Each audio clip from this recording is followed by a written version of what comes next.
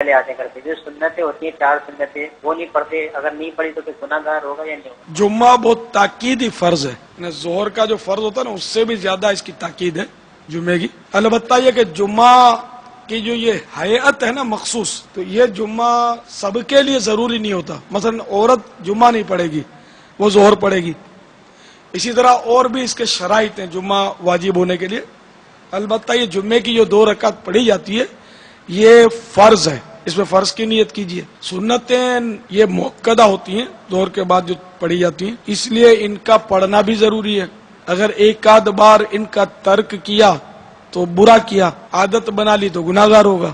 یہ 2 فرض پڑھ کے جانے والوں کو رک جانا چاہیے، بلکہ یا یہ بھی ہو سکتا ہے کہ کوئی گھر جا کر پڑھتا ہو، تو اس لیے جو گیا اس کے بارے میں اس بدگمانی کی حاجت نہیں کہ یہ اس نے ظہر کے بعد جمعے کے بعد کی سنتیں نہیں پڑھی، کیونکہ دلیل نہیں ہے یہ اس کا جانا۔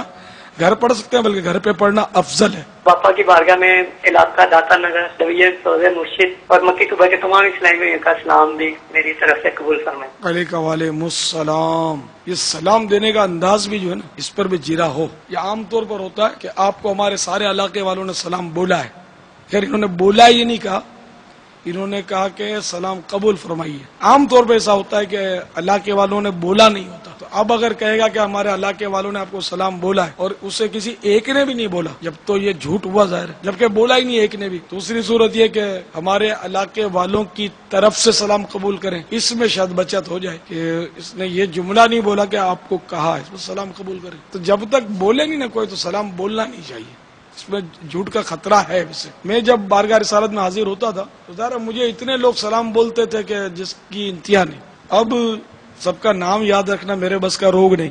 اب بہت سے ایسے ہوتے ہیں کہ جو بولتے نہیں، اب یہ بھی یاد نہیں کہ بھئی یہ انہوں نے بولا کہ نہیں بولا۔ یار اس نے تو بولا تھا، اس نے پتہ نہیں بولا کہ نہیں بولا۔ کیونکہ ہر فرد یہ چاہتا ہے کہ بارگاہ رسالت میں سلام عرض کیا جائے، لیکن توجہ اس کی ہوتی نہیں بولنے کی، بولنے کا ذہن نہیں ہوتا۔ اب جیسے مدینے جو جا رہا ہے تو اس کو ہم لوگ عام طور پہ بولتے دعا کرنا، بولتے بھی دعا کرنا بولتے، سلام پیش کرنا یہ دعوت اسلامی والے تو عام طور پہ بولتے ہوں گے، لیکن عام آدمی کم بولتے ہیں کہ میرا سلام بولنا، یا آپ بھی نہیں بولتے تو بولا کریں۔ کوئی اگر مدینے کا مسافر میں کہ میرا بارگاہ رسالت میں اور شیخین کریم ان کے درباروں میں سلام عرض کرنا کہنا چاہیے۔ تو اس میں یہ جیسے کہ جس نے سلام کہا نام یاد ہے اس کا تو چلو اب موقع ملا تو عرض کر دیا کہ بھئی یعنی سرکار فلاں کی طرف سے سلام قبول فرمائیے، انہوں نے سلام عرض کیا ہے۔ پھر اجتماعی طور پر جیسے بارہ اس طرح جملہ عرض کیا ہے میں نے کہ یا رسول اللہ جو آپ کو سلام عرض کرنا چاہتے ہیں ان کا سلام قبول فرمائیے، عرض کرنا جو چاہتے ہیں سب آ گئے۔ اب پتہ نہیں یہ جملہ بھی درست ہے یا نہیں ہے، لیکن میرے حساب سے بہت محتاط جملہ یہ رہا۔ میں بولوں کہ سرکار آپ کو اس نے سلام عرض کیا نہ کیا ہو تو جھوٹ بھی ہو بھی اس بارگاہ میں۔ جیسے عام طور پر لوگ بولتے ہیں کہ مجھے بولتے ہیں ہم فلاں مزار پر گئے تھے، ہم نے آپ کا سلام بول دیا۔ اب میں چپ ہو جاتا ہوں، میں کیا کروں، میں نے آپ کو کہا تو نہیں تھا۔ ہاں بارگاہ رسالت میں میرا سلام عرض کر دیں تو یہ تو میں نے کتاب میں لکھ دیا رفیق الحرمین میں، وہ اعلیٰ حضرت سے فیض لے کر، جو انوار البشارہ میں اعلیٰ حضرت نے بھی لکھا ہے کہ جو یہ کتاب پڑھے میرا سلام عرض کر دیا کرے، الفاظ بھی لکھے کہ ان الفاظ میں میرا سلام عرض کرے۔ تو مجھے بھی یوں لگا کہ چلو اپنے بھی تو ہیں تو اعلیٰ حضرت والے، میں نے بھی لکھ دیا کہ جو رفیق الحرمین پڑھے یا جو بھی اس طرح لکھا ہے کہ مدینے کے جو زائر ہیں تو میرا سلام عرض کر دیں تو احسان ہوگا۔ تو اب یہ چلو مدینے کا زائر جو بھی جائے میرا سلام عرض کرے، وہ تو میں نے لکھ کر دے دیا، درخواست کر دی۔ جس کو پتا ہے کہ میں نے یہ کہا ہے کہ میرا سلام بول دو تو اس کا کہنا تو صحیح ہو گیا، جس کو نہیں پتا تو پھر وہی پھنسا۔